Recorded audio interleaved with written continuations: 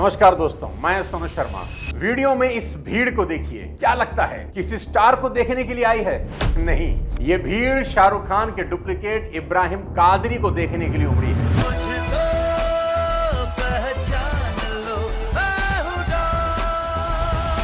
What? कभी सोचा है आपने कि आखिर क्या वजह है कि जितना स्टारडम अर्जुन कपूर दर्जनों फिल्में करने के बाद हासिल नहीं कर पाए, उससे 10 गुना बड़ा स्टारडम शाहरुख के डुप्लीकेट ने कमा लिया। यह है शाहरुख खान का जलवा, जिसे लोग किंग खान बुलाते हैं। I'm राहुल, नाम तो सुना होगा। Some people say he is the biggest movie star in the world. Mr. Shahrukh Khan. आज का वीडियो शाहरुख खान पर है। ये एक वीडियो आपको जिंदगी में कामयाब होने के सभी गुर सिखा देगा। शाहरुख अपने आप में फाइनेंस और बिजनेस लर्निंग की एक खान हैं, बादशाह हैं, और शाहरुख की कामयाबी कोई तुक्का नहीं है। ये जिद, जज्बे और जुनून का नतीजा है। जिस लड़के के पास कभी घर का किराया देने के लिए पैसे नहीं थे, वही लड़का आज 12,000 करोड़ की दौलत के साथ दुनिया का सबसे अमीर एक्टर बन चुका है। टॉम क्रूज और जैकी चैन जैसे मशहूर एक्टर से भी ज्यादा अमीर। 13 फिल्म फेयर अवार्ड, 4 डॉक्टरेट और पद्मश्री समेत फ्रांस और कोरिया जैसे देशों के one of the highest civilian award से लेकर नेशनल अवार्ड तक शाहरुख खान ने हर चीज पर अपना नाम दर्ज करवा दिया है। जो लड़का कभी खुद को भी संभालने की हैसियत में नहीं था, आज 400 से ज्यादा एसिड विक्टिम का ख्याल रखता है। जिस लड़के के पास कभी खुद का मकान नहीं था, आज उसके पास मन्नत है। जिस बुर्ज खलीफा के सामने लोग अपनी तस्वीर खिंचवाकर खुश होते हैं, वही बुर्ज खलीफा हर साल खुद शाहरुख को बर्थडे विश करता है। जिस लड़के को दिल्ली के सिर्फ कुछ लोग जानते थे, आज उसके अरबों फैंस दुनिया के हर कोने में हैं, चाहे वो बर्लिन हो, न्यूयॉर्क या फिर मिडिल ईस्ट। अनुराग कश्यप एक इंटरव्यू में कह रहे थे कि उन्होंने अपनी आंखों से देखा शाहरुख और Leonardo DiCaprio Berlin film festival में एक ही दिन पहुंचे, पर भीड़ के अंदर जो पागलपन शाहरुख के लिए था, वो डिकैप्रियो के लिए नहीं था। मैंने अपनी आंखों से देखा है बर्लिन में फिल्म फेस्टिवल में, लियोनार्डो कैप्रियो भी उसी दिन है और शाहरुख खान भी उसी दिन है, और सुबह से लाइन लगी शाहरुख खान के लिए। अवतार और टाइटैनिक जैसी दुनिया की सबसे ज्यादा कमाने वाली फिल्में बनाने वाले जेम्स कैमरून ने एक बार ये कहा था कि वो शाहरुख को ऑटोग्राफ देने से पहले उनका ऑटोग्राफ खुद लेना चाहेंगे। ओबामा हो या ट्रंप, जब जब भारत आते हैं तो बिना शाहरुख और शाहरुख की फिल्मों का जिक्र किए उनकी स्पीच पूरी नहीं होती। बड़े-बड़े देशों में, you know what I mean. And classic Indian films like DDLJ. यहां तक कि जब आईपीएल लॉन्च हो रहा था तो ललित मोदी को भी ये लगा कि आईपीएल तभी सफल होगा जब शाहरुख इसमें होंगे, क्योंकि अगर शाहरुख उस वक्त आईपीएल से न जुड़ते तो शायद आईपीएल को वैसा एक्सपोजर नहीं मिलता जैसा उस वक्त शाहरुख की वजह से मिला था। शाहरुख ने स्टेडियम में भीड़ खींची। दोस्तों, शाहरुख खान की कहानी शायद फिल्मी या फिक्शन मानी जाती अगर मेरे जैसे करोड़ों लोगों ने बीते 20-25 सालों में उस लड़के को शोहरत और दौलत की बुलंदी पर सीढ़ी दर सीढ़ी चढ़ते हुए अपनी आंखों से ना देखा होता।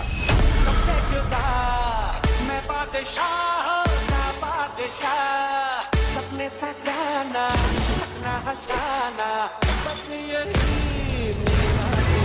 इस कहानी की असल शुरुआत हुई 90 के दशक में, जब एक लड़का मुंबई की सीएसटी स्टेशन पर उतरा।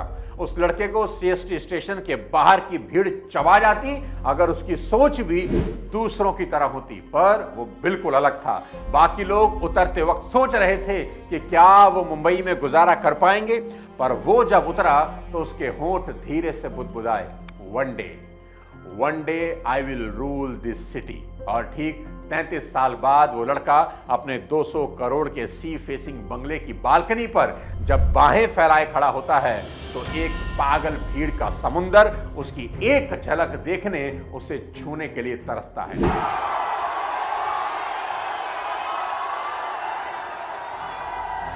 आज इस रईस एक्टर की ऐसी फाइनेंस और बिजनेस स्ट्रेटेजीज आपको बताऊंगा जो आपने कभी नहीं सुनी होंगी।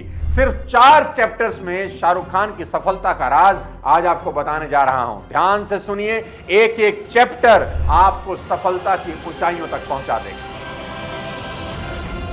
चैप्टर नंबर 1, बनिए का दिमाग। अगर एक प्रोड्यूसर को फिल्म बनानी है और पैसे कम हैं तो वो क्या करेगा? फंडिंग के लिए किसी बैंक के पास जाएगा, किसी प्रोडक्शन कंपनी के पास जाएगा या मार्केट और दोस्तों से उधार लेगा। लेकिन अपने शाहरुख खान ऐसा नहीं करते। वो कहते हैं I could easily find funding but I don't believe in depth, कि मुझे उधार तो मिल सकता है पर मुझे उधार में विश्वास ही नहीं है। वो उन कंपनीज के फाउंडर को फोन लगाते हैं जिनके लिए वो ब्रांड एंडोर्समेंट कर रहे होते हैं और उनसे फोन पर पूछते हैं क्या आप अगले साल भी मुझे ही ब्रांड एम्बेसडर बनाओगे? सच सच बताओ। और सामने से जवाब हाँ में ही मिलता है। फिर शाहरुख खान उनसे कहते हैं कि भाई साहब क्या अगले साल की मेरी फीस एडवांस में दे सकते हो? और शाहरुख जैसे ब्रांड को मना करना मुश्किल ही नहीं नामुमकिन भी है। अब पैसा भी मिल जाता है, फिल्म भी बन जाती है, पैसा लेने वाला खुश है ही और देने वाला भी खुश कि अगले साल तो देना ही था और कोई उधारी भी नहीं। फिर चाहे शादियों में नाचना हो या बर्थडे अटेंड करना, नेशनल एंड इंटरनेशनल परफॉर्मेंस करना हो, अगर शाहरुख को फंड की जरूरत होती है तो फुल पेमेंट भाई साहब एडवांस में लेते हैं ताकि उधार ना लेना पड़े। एक बेहद हैरानी की बात बताऊं, जितनी भी फिल्में या एड का प्रोडक्शन शाहरुख खान के रेड चिलीज ने किया कभी भी उधार नहीं लिया। शाहरुख समझते हैं कि किंग साइज सिर्फ बेडशीट नहीं बैलेंस शीट भी होनी चाहिए। अब आपको बॉलीवुड का एक भयानक चेहरा दिखाता हूं। More than 80% films in Bollywood are financed by डेब्ट, यानी 80% बॉलीवुड फिल्में उधार में बनती हैं। 2024 में अक्षय कुमार और टाइगर श्रॉफ की फिल्म आई बड़े मियां छोटे मियां। मेरा ईगो मेरे टैलेंट से बड़ा है, उनका सबसे बड़ा टैलेंट ही उनका ईगो है। फिल्म बॉक्स ऑफिस पर पूरी तरह पिट गई। प्रोड्यूसर वाशु भगनानी को अपना 7 माले का मुंबई ऑफिस बेचना पड़ा, तब जाके 250 करोड़ का कर्जा चुका पाए। बॉलीवुड के शहंशाह अमिताभ बच्चन ने जब अपनी कंपनी ABCL बनाई, उन पर 90 करोड़ का कर्ज था। एक समय ऐसा भी था कि उनके पास अपने वॉचमैन की सैलरी देने के पैसे नहीं थे। 1993 में अनिल कपूर की रूप की रानी चोरों का राजा उस समय की कॉस्टलीस्ट फिल्म थी। 12 करोड़ का लोन लिया था बोनी कपूर ने और फिल्म पिट गई। बोनी कपूर कंगाल हो गए। शाहरुख खान इसलिए सबसे अलग हैं दोस्त कि शाहरुख ने अपनी किसी भी फिल्म के लिए कर्जा ही नहीं लिया। चाहे हैप्पी न्यू ईयर हो, चाहे जवान, चाहे चेन्नई एक्सप्रेस, चाहे रावण। और शाहरुख अपनी ये स्ट्रेटेजी सिर्फ फिल्मों तक सीमित नहीं रखते, वो अपनी पर्सनल लाइफ में भी डेप्ट फ्री फिलॉसफी को मानते हैं। 2001 में जब उन्हें 13 करोड़ की प्रॉपर्टी खरीदनी थी, जिसे आज आप मन्नत के नाम से जानते हैं, तो उन्होंने आने वाली 4-5 फिल्मों की फुल पेमेंट एडवांस में ही ले ली और आज उसी मन्नत की कीमत 200 करोड़ से ज्यादा है। तो शाहरुख का दिमाग बनिए का दिमाग है। आप सीख सकते हैं कि उधार नहीं, सब कैश में ही करना चाहिए। अब बताता हूं आपको चैप्टर नंबर 2। शाहरुख खान समझते हैं जो धंधे के लिए सही वही सही और जो धंधे के लिए गलत वो बिल्कुल गलत। शाहरुख खान ने 1999 में जूही चावला और डायरेक्टर अजीज मिर्जा के साथ एक प्रोडक्शन कंपनी की शुरुआत की, ड्रीम्स अनलिमिटेड। 1999 और 2001 के बीच ड्रीम्स अनलिमिटेड ने 3 फिल्में बनाई। कौन कौन सी?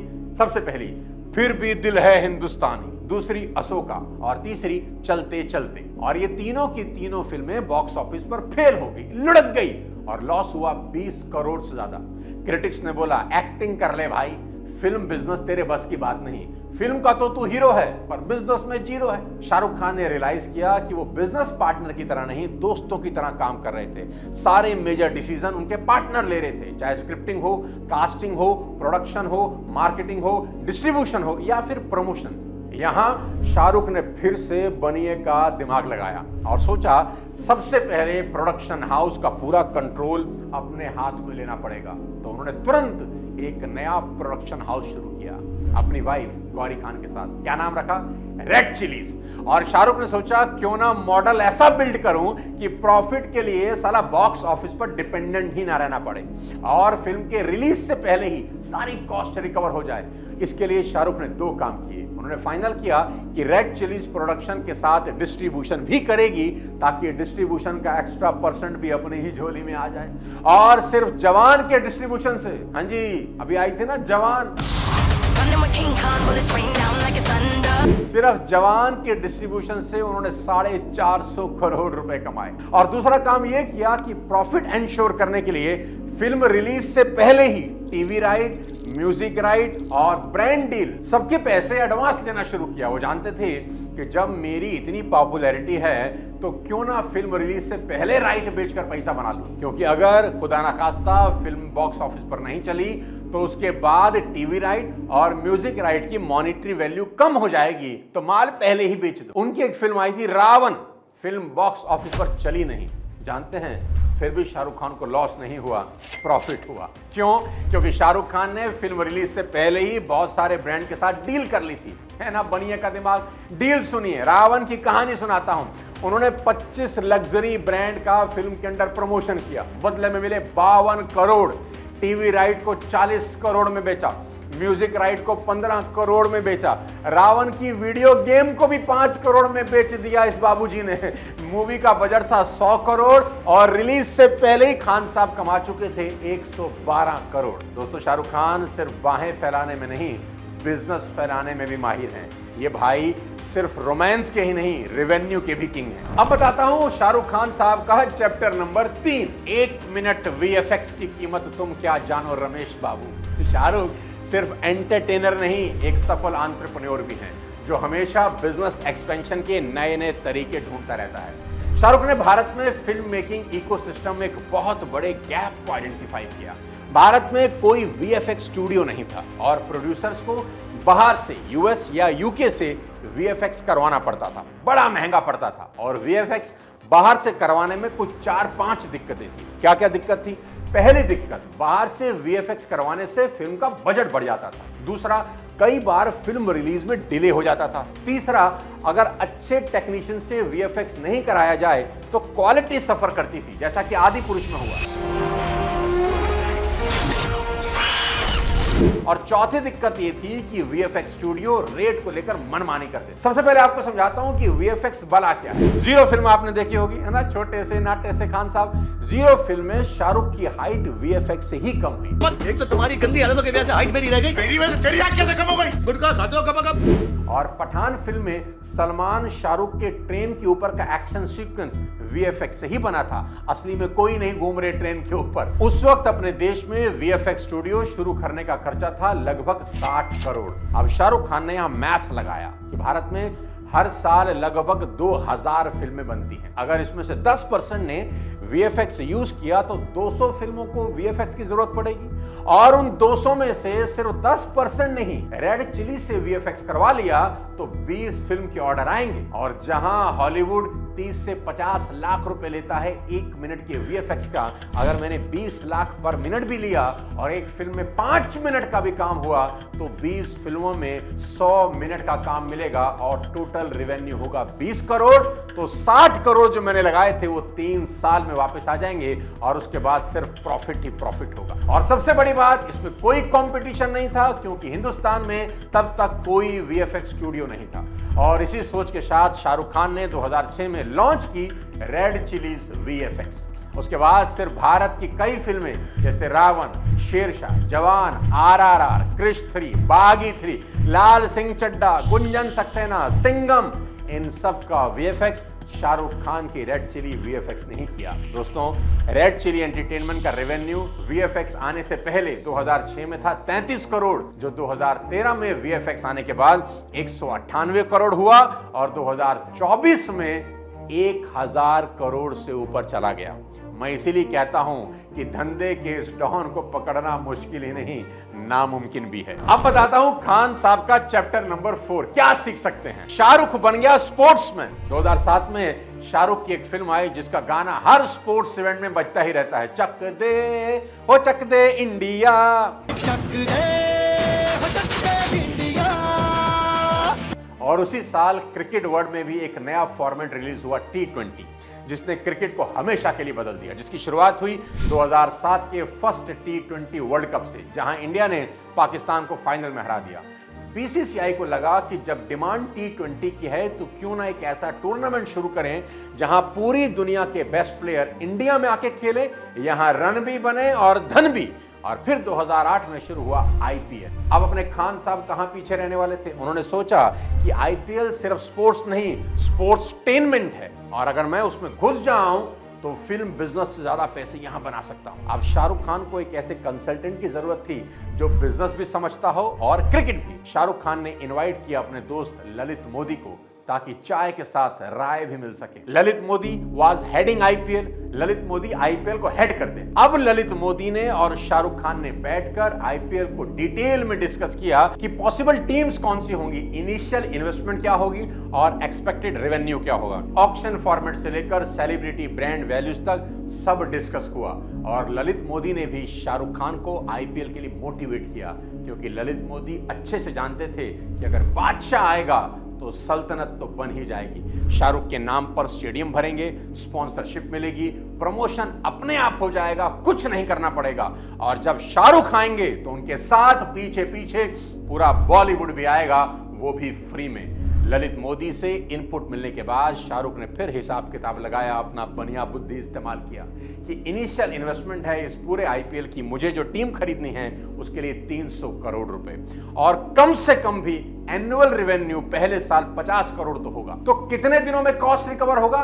6 साल में। और फिर शाहरुख ने कोलकाता नाइट राइडर्स को 300 करोड़ में खरीदा। अब इंपैक्ट क्या हुआ वो समझाता हूं। आज के सिनेरियो से मोस्ट वैल्यूएबल आईपीएल टीम आज कौन सी है जानते हैं? मुंबई इंडियंस, जिसकी वैल्यू है 15,000 करोड़। चेन्नई सुपर किंग दूसरे नंबर पे है, जिसकी वैल्यू 12,000 करोड़ की है। और अब आते हैं अपने शाहरुख खान। शाहरुख खान की कोलकाता नाइट राइडर की मार्केट वैल्यू आज 10,000 करोड़ की है। सो 300 करोड़ लगाकर शाहरुख ने सिर्फ आईपीएल टीम को ही 10,000 करोड़ का कर दिया। इसे ही कहते हैं बनिए का दिमाग। ये चारों चैप्टर आपकी खोपड़ी में विस्फोट करने के लिए काफी हैं कि पैसा बनाने के लिए सिर्फ एक्टिंग नहीं, बिजनेस माइंडसेट भी होना चाहिए। वीडियो के लास्ट में आपको इतना ही कहना चाहता हूं, अपनी चादर को इतना बड़ा करो कि जितनी मर्जी उतना पैर फैला सको। Don't cut down on expenditure, increase your income. Shahrukh Khan ने अपनी अनमैच्ड स्टारडम से न सिर्फ बॉक्स ऑफिस पर अपना डोमिनेंस बनाया, बल्कि अपनी स्मार्ट फाइनेंस और बिजनेस स्ट्रेटेजी से बिजनेस के भी बादशाह बन गए। ये वीडियो उन सारे यूथ के लिए बहुत बड़ा एग्जाम्पल है जिन्हें लगता है कि सिर्फ राजा का बेटा ही राजा बन सकता है। प्लानिंग और एग्जीक्यूशन अगर सही हो तो एक रैंडम लड़का भी अपनी पूरी किंगडम बना सकता है। आज का वीडियो कैसा लगा? कौन सा चैप्टर आपको सबसे अच्छा लगा? कमेंट बॉक्स में जरूर बताइए। शाहरुख खान को दुनिया का सबसे बड़ा अमीर फिल्म सितारा बनने की बहुत बहुत बधाई। अगले किसी और शानदार वीडियो के साथ जल्द आपसे मुलाकात करता हूं। तब तक अपने स्वास्थ्य का ध्यान रखिए। जय हिंद।